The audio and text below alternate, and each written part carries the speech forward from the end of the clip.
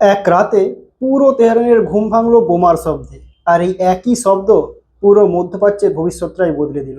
আজ 13ই জুন ভোর 4টা ইসরায়েলের বিমান বাহিনী আক্রমণ করে ইরানি লক্ষ্য, ইরানের পারমাণবিক কেন্দ্রগুলি এবং সামরিক কেন্দ্রগুলি। বিশেষ কিছু সামরিক নেতার ঘর বাড়ি ও বাসস্থানেও আক্রমণ করা হয়েছে। ইরানও চুপ নেই, শতাধিক ড্রোন তাক করে ছাড়ে ইসরায়েলের দিকে। ইসরায়েলের ক্ষয়ক্ষতি তেমন একটা জানা যায়নি। ইরানের ক্ষয়ক্ষতি, ইরানের অনেক সামরিক প্রধান নেতা এখনো পর্যন্ত নিহত হয়েছে। ইরান জানিয়েছে এর বদলা খুব শীঘ্রই নেওয়া হবে।